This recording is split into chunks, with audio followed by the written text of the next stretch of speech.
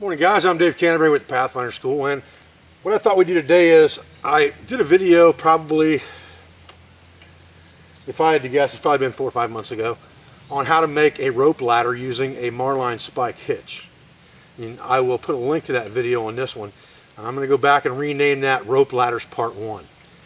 I'm going to do 2 more videos for you, one today and probably one later on this afternoon, showing you how to make 2 other alternate types of rope ladders. Now, a rope ladder that we showed in the first video using the Marline spike hitch is a good ladder to manufacture to drop from above to climb down. And then you can also climb back up it. Now, you could also make that ladder on the ground. If you had some kind of a rope you could throw over something to pull the ladder up to or hoist it up, then you could use it that way and you could make it on the ground pre-made. The ladder I'm going to show you today is going to have solid rungs on both sides, or excuse me, solid runners on both sides, and it'll have wooden rungs. So it will be more stable as far as a ladder goes, and it can be built on the ground and then set up to where you want to climb to, or it can be partially assembled on the ground, put up into the tree, and then assembled as you climb it if needs be. And we're going to use several different types of knots for this that are very common, very easy, that I've taught in the past already. We're going to use mule tape for this cordage today.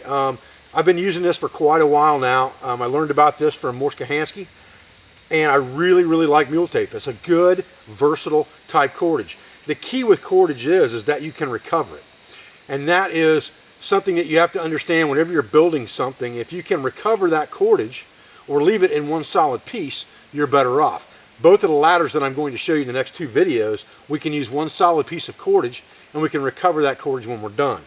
And what I'll probably do is I have another piece of white cordage here that's not as long as the mule tape, and I'll probably use it to show you the knots up close to demonstrate how they work, and then we'll put the mule tape on the larger poles to actually make our ladder. So stay with me. Okay, so the first ladder that we're going to work on is one that you build on the ground, and it's more of a permanent type ladder. You're going to use maybe one piece of cordage down each side. You could come across the middle like we're going to with the second type ladder, but this will work just fine for demonstration purposes. Now what I want to do is I want to show you how to tie this knot before we go to the next rung, because this will be your top rung. So it's pretty simple to get this undone, and again, cordage recovery is the key to this whole thing. So what we're going to do is we're going to start off with a clove hitch knot that has a stopper on it. We're going to pull that down tight so that it's tight on our main frame of our piece. Then we're going to take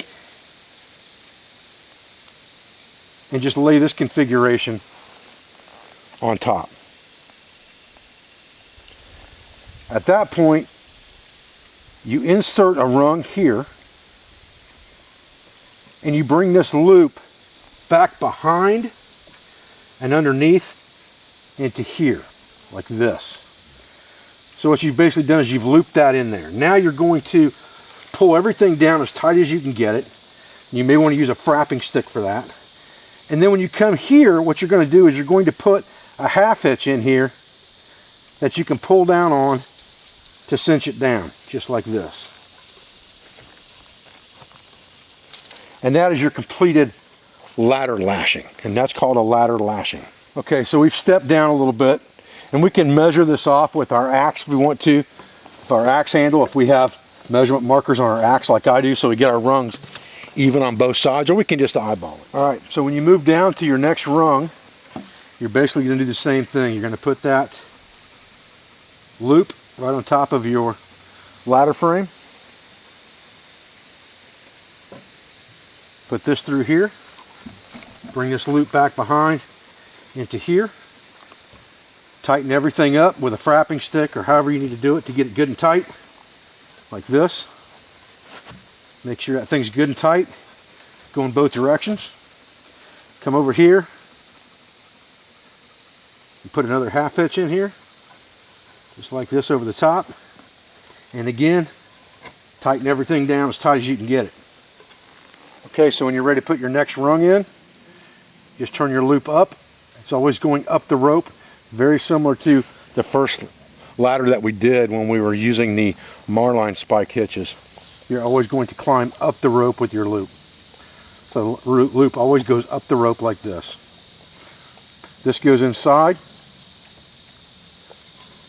This comes back behind, like this. Again, tighten this stuff up. Get yourself a good frapping stick or something, or a partner, that you can really crank this stuff down. Pull this thing tight in this direction. Come in here and put a 1/2 hitch in here and cinch it down. And then come down to the next one. As many rungs as you need.